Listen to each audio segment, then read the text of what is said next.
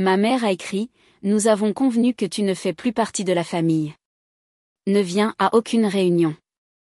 Le 15 juillet, à 23h51, mon téléphone s'est illuminé comme la vérité, vif, impitoyable. Un message de ma mère, nous avons décidé.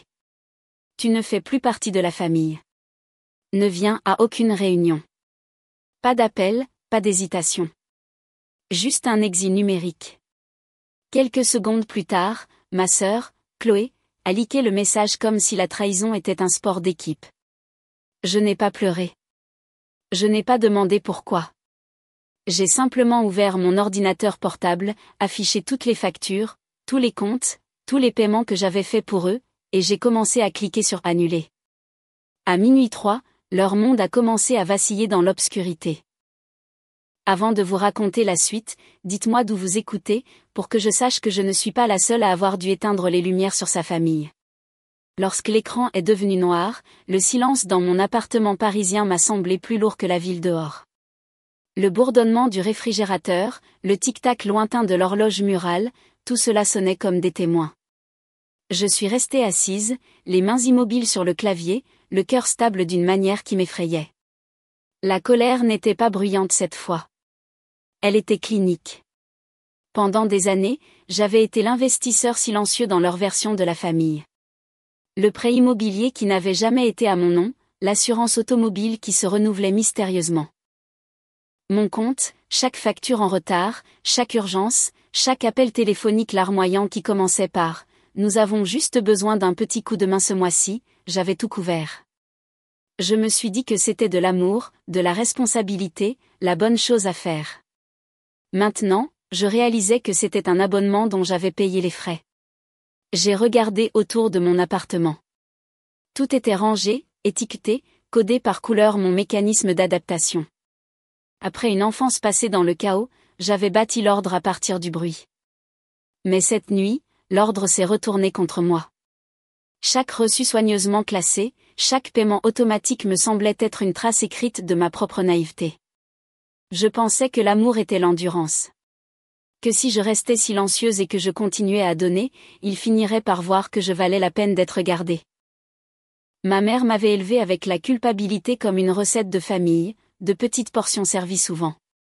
Ma sœur Chloé était l'enfant d'or, bruyante, charmante, allergique aux conséquences. Mon père avait appris à survivre en restant hors de la zone d'explosion. J'avais appris à survivre en m'assurant qu'il n'y en ait pas. Je me souviens de la première fois où j'ai payé leurs taxes foncières. Ils étaient au bord de la saisie, les voix brisées au téléphone. J'avais 26 ans, payant à peine mon propre loyer à Paris, mais j'ai viré l'argent sans hésitation. Maman m'a appelé son ange gardien. Je l'ai cru.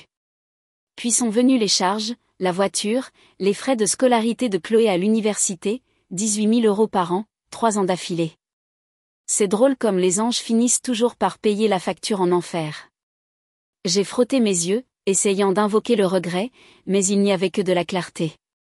Ce n'était pas une rupture. C'était un bilan. Je ne perdais pas une famille.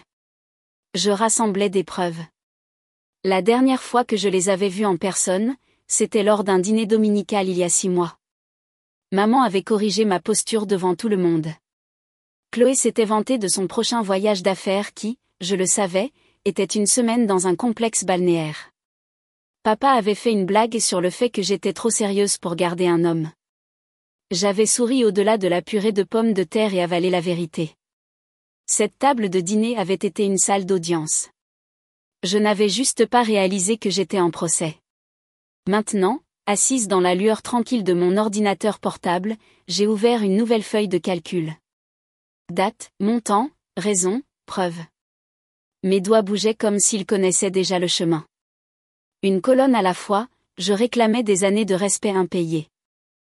Dehors, les lumières de la ville clignotaient à travers ma fenêtre comme du code Morse.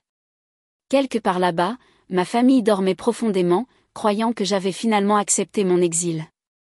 Ils n'avaient aucune idée que je ne faisais que commencer. Au matin, mon téléphone était un musée d'appels manqués. Papa, maman, Chloé, chaque nom brillant comme une relique de quelque chose qui avait de l'importance. Je n'ai répondu à aucun. Le silence entre nous avait du poids maintenant. C'était une preuve. Le premier message qui est arrivé n'était même pas de ma mère. C'était de Chloé: tu réagis de manière excessive. Maman ne le pensait pas comme ça. On peut juste parler? Parler. Comme si le mot n'avait pas été empoisonné il y a des années. Je l'ai lu une fois, puis encore, et j'ai réalisé qu'il n'y avait pas une seule excuse, juste du contrôle enveloppé de préoccupation. Je l'ai supprimé et je suis retournée à ma feuille de calcul. Chaque ligne que je remplissais était un souvenir transformé en chiffres. Le jour exact où j'avais couvert les frais de scolarité de Chloé, les frais de découvert quand papa avait emprunté ma carte pour l'essence, le mois où j'avais sauté mon propre loyer pour payer leurs impôts fonciers. Chaque euro était une histoire, et chaque histoire se terminait de la même manière, avec moi nettoyant leur chaos. À 9 heures, maman a finalement envoyé un email. Pas de salutation, pas d'excuses, juste: nous devons parler de ce que tu as fait. Tu as créé un désordre. Appelle-nous immédiatement. Pas un mot sur ce qu'elle avait dit la nuit précédente. Aucune mention de l'exil, juste une demande de reprendre mon rôle, réparatrice, tampon, pacificatrice. Pour la première fois, je l'ai vu clairement. La famille que je pensais sauver n'avait jamais voulu être sauvée. Elle voulait une secrétaire. J'ai tapé en réponse: je suis occupée à réconcilier les comptes. Vous devriez faire de même. Puis j'ai cliqué sur envoyer. Le téléphone a sonné instantanément. Je l'ai laissé vibrer jusqu'à ce qu'il s'arrête. À midi, la panique a commencé à se propager. Un SMS de papa: peux-tu s'il te plaît t'expliquer ce qui se passe avec les charges? Ta mère est en train de perdre les pédales. Un autre de Chloé: pourquoi fais-tu ça? Tu ruines tout. Ruiner tout. Comme si mon silence était le crime, et non leur trahison. J'ai ouvert mon application bancaire, j'ai parcouru des années de transactions et j'ai senti quelque chose changer. La culpabilité qui avait été tatouée dans mes os a commencé à s'estomper. Ce n'était plus de la colère maintenant. C'était de la précision, froide, délibérée, concentrée. À 15 heures, ils avaient essayé toutes les tactiques, la colère, les supplications, la nostalgie. Maman a même posté une mise à jour Facebook vague: certaines personnes oublient qui les a élevées une fois qu'elles commencent à gagner de l'argent. L'orgueil précède la destruction. Cela a reçu 3 douzaines de likes, principalement de parents qui ne m'avaient pas parlé depuis des années. Je n'ai pas répondu, mais j'ai sauvegardé une capture d'écran. C'est à ce moment-là que la balance a penché, non seulement dans les comptes, mais en moi. Pour la première fois, j'ai compris que le silence pouvait être une stratégie. À 18 heures, j'ai appelé Julia. Elle était mon amie depuis l'université, maintenant avocate en droit de la famille spécialisée dans les successions compliquées. Je crois que je suis prête à arrêter de jouer les comptables, ai-je dit. Elle n'a pas demandé de détails, elle a juste répondu: alors commence à tout documenter. Nous allons officialiser les choses. Cette nuit-là, j'ai passé en revue chaque email, chaque paiement, chaque virement, les étiquetant et les archivant comme des preuves. Plus j'organisais, plus je me sentais légère. À minuit, ma boîte de réception ressemblait à un tribunal. Et pour la première fois de ma vie, ce n'est pas moi qui étais en procès. La deuxième nuit, le calme avait un rythme.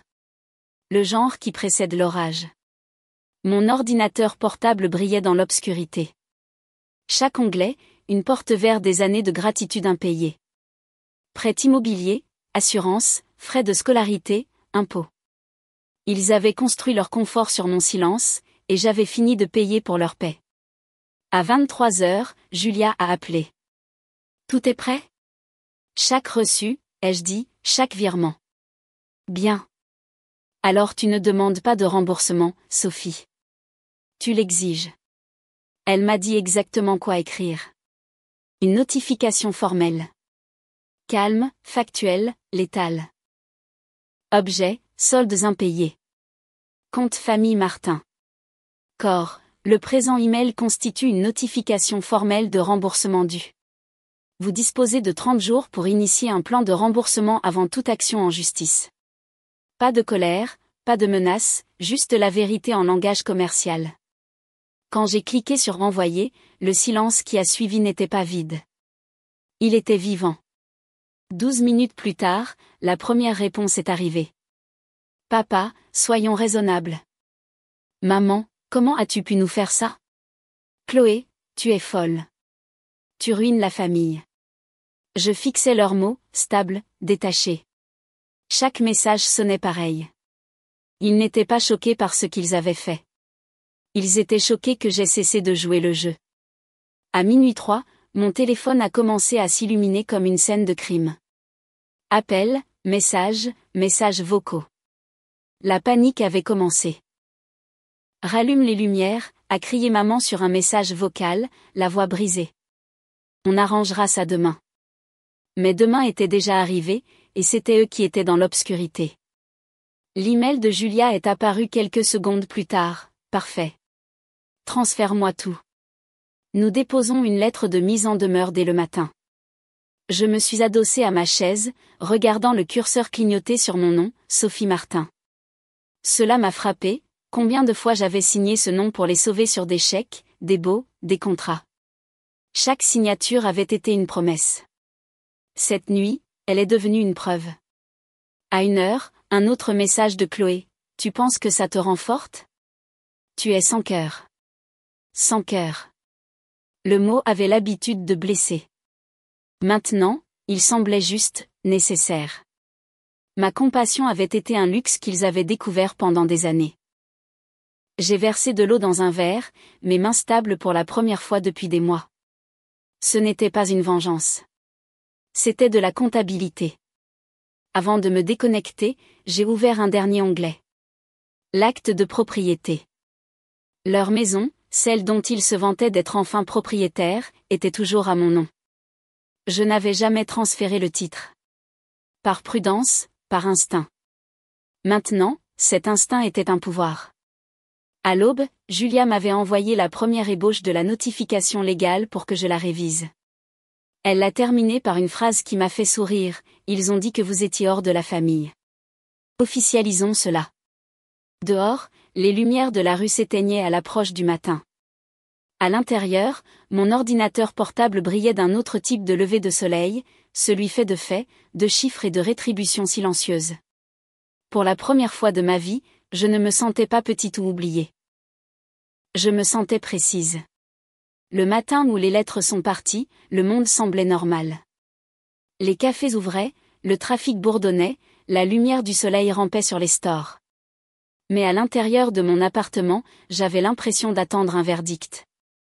Julia avait envoyé le dossier de mise en demeure à chacun d'eux par courrier recommandé et par email, chaque reçu, chaque euro, chaque signature jointe.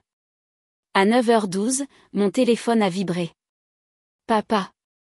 Il n'appelait jamais en premier. Ma chérie, a-t-il commencé, cette douceur répétée enrobant chaque syllabe. Ça va trop loin. Gardons ça privé. J'ai laissé le silence s'étirer jusqu'à ce qu'il vacille. C'est déjà privé, ai-je dit. C'est juste enfin documenté. Il a inspiré brusquement. Tu rends ta mère malade. Non, ai-je dit, la voix stable. Elle s'est rendue malade. J'ai juste arrêté de payer les médicaments. Clic, à midi, le post de maman a inondé Facebook. Un mur d'apitoiement sur soi-même enveloppé de passages bibliques. Nous l'avons élevée avec amour et maintenant elle s'est retournée contre sa propre famille pour de l'argent. L'orgueil précède la destruction. En dessous, tante Sylvie a commenté, d'abord, comportement dégoûtant. J'aurais honte. Puis, pour la première fois depuis des années, d'autres noms sont apparus. Des cousins, des oncles, des gens à qui je parlais à peine. Attends, n'a-t-elle pas couvert ta maison après la saisie? Ce n'est pas la fille des frais de scolarité? Le fil de discussion s'est déchiré. Leur histoire s'est fissurée. À 13h46, un email de Julia est arrivé. Objet, découverte additionnelle. En pièce jointe, un PDF, capture d'écran, relevé bancaire. La note de Julia disait, confirmation du retrait d'héritage, 40 000 €. Incohérence de signature. Faux probable. Je l'ai lu 3 fois. La rénovation, la nouvelle cuisine. Le calendrier correspondait parfaitement. Ma mère n'avait pas seulement vidé mon compte bancaire. Elle avait volé le fonds fiduciaire de ma grand-mère et signé mon nom pour le faire. En soirée, Julia avait déjà déposé une injonction. Le tribunal a gelé leurs avoirs avant le dîner. Cette nuit-là, mes parents ont essayé tous les canaux, email, SMS, messages vocaux, tous reprenant le même refrain. C'était un malentendu. On te remboursera. Ne ruine pas la famille. L'ironie m'a fait éclater de rire. À 20h32, la sonnette a retenti. À travers le Judas, ma mère, les yeux rouges, serrant une enveloppe. Sophie, a-t-elle murmuré. S'il te plaît, nous perdons tout. Fais quelque chose pour ta sœur. Pour Chloé, ai-je demandé. Ses lèvres tremblaient. C'est toujours ta sœur. J'ai ouvert la porte juste assez pour lui tendre le papier qui attendait déjà sur ma table. Une copie de l'avis d'expulsion que Julia avait déposé ce matin. Vous recevrez la copie officielle dans 7 jours, ai-je dit. Son visage s'est vidé de toute couleur. Tu ne ferais pas ça. Je l'ai déjà fait. Elle m'a fixé, cherchant l'ancienne version de sa fille. Celle qui réparait, pardonnait, finançait. Cette version était partie. Au revoir, maman, ai-je dit, et j'ai fermé la porte. Je ne l'ai pas regardé partir. Je suis resté debout dans le silence, respirant la fin d'une ère. Dès l'après-midi suivant, le chaos s'est déroulé comme une horloge. Les services publics déconnectés. L'avis d'hypothèque est arrivé dans leur boîte de réception. Julia a transmis la confirmation du titre. Expulsion sécurisée approuvée par le tribunal des successions. Puis vint la tempête en ligne. Un autre poste de maman, elle poursuit ses parents. Nous avons le cœur brisé. Cette fois, les réponses n'étaient pas de la sympathie. Tante Anne, calme et factuelle, a tapé une ligne, tu veux dire l'erreur où tu as forgé sa signature? Le fil de discussion est mort. Quelques heures plus tard, mon téléphone a vibré à nouveau. Numéro inconnu. Indicatif de Paris. Ici Madame Dubois du cabinet de notaire Fournier et Associés, a dit la voix. Nous nous occupons de la succession de votre défunte grand-mère. Nous avons trouvé des anomalies dans la liste des bénéficiaires.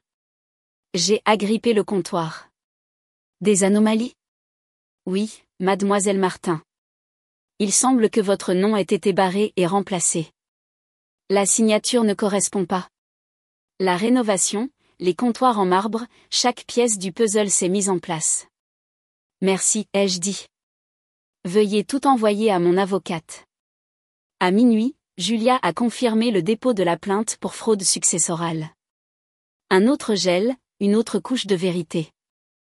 Dans les jours qui ont suivi, l'histoire s'est répandue discrètement au sein de la famille. Un par un, des proches m'ont contacté, des cousins dont je n'avais pas eu de nouvelles depuis des années. Ils nous ont emprunté aussi. Ils n'ont jamais remboursé personne. Tu n'es pas folle, Sophie. Chaque message était un petit bateau de sauvetage dans une inondation où j'étais en train de me noyer depuis des années. Quand l'avis officiel du tribunal est arrivé, Julia a appelé. Ils vont essayer de vous contacter à nouveau, a-t-elle averti. Ne vous engagez pas, même s'ils s'excusent. Elle a marqué une pause. Surtout s'ils s'excusent. Le lendemain matin, ma boîte de réception a explosé à nouveau. La nouvelle tactique de maman était le remords. Nous te pardonnons. S'il te plaît, pardonne-nous. Le pardon comme levier. Le plus vieux des tours. J'ai transféré l'email à Julia et archivé le fil de discussion. À la fin de la semaine, la maison ne leur appartenait plus. L'acte toujours à mon nom a été vendu en quelques jours. Julia a viré le produit de la vente sur mon compte. Voir la ligne de confirmation apparaître ne ressemblait en rien à de la vengeance. Cela ressemblait à un équilibre. Chloé a tenté une dernière fois un ultime SMS, « Tu as gagné ». J'ai répondu, « Personne ne gagne quand la famille devient une dette ». Puis j'ai coupé son numéro pour de bon. Cette nuit-là, la ville dehors scintillait, stable, indifférente. J'étais assise près de la fenêtre, la même qui avait autrefois reflété chaque nuit sans sommeil que j'avais passé à les sauver. Maintenant, elle reflétait quelque chose de nouveau. Moi, seul, mais déchargé. Quelque part là-bas, ils apprenaient à vivre sans moi. Et pour la première fois de ma vie, je ne me sentais pas coupable de les laisser faire. Lorsque le tribunal a tout finalisé, des semaines s'étaient écoulées dans un rythme étrange et calme. Julia m'a envoyé un court email, affaire résolue. Accord de remboursement signé. Succession annulée. Vous êtes libre. Libre. Le mot me semblait étranger. Leur compte était gelé et leur maison vendue, leur dette légalement liée à leur propre nom pour une fois. Le silence qui m'avait hanté s'était transformé en paix. Je ne me réveillais plus avec des appels d'urgence ou juste une dernière faveur. Mes matins m'appartenaient à nouveau. J'ai acheté un petit appartement en centre-ville de Lyon. Rien de grandiose, juste des murs propres, la lumière du soleil et pas de fantômes. Marc m'a aidé à emménager. Il n'a pas dit grand-chose, il m'a juste tendu une tasse de café et a souri comme s'il comprenait le goût de la liberté. La première nuit là-bas, j'ai ouvert ma vieille feuille de calcul, celle où j'avais autrefois suivi chaque euro que j'avais dépensé pour eux. J'ai longtemps fixé les chiffres, puis j'ai appuyé sur « supprimer ». Regarder le tout disparaître ne ressemblait pas à une perte. Cela ressemblait à une libération. Le bruit a couru que mes parents louaient une petite maison en dehors de la ville. Chloé travaillait à temps partiel quelque part qu'elle détestait. Je n'ai ressenti aucune satisfaction, juste de la distance. Ils vivaient enfin la vie qu'ils avaient construite sans que je la soutienne.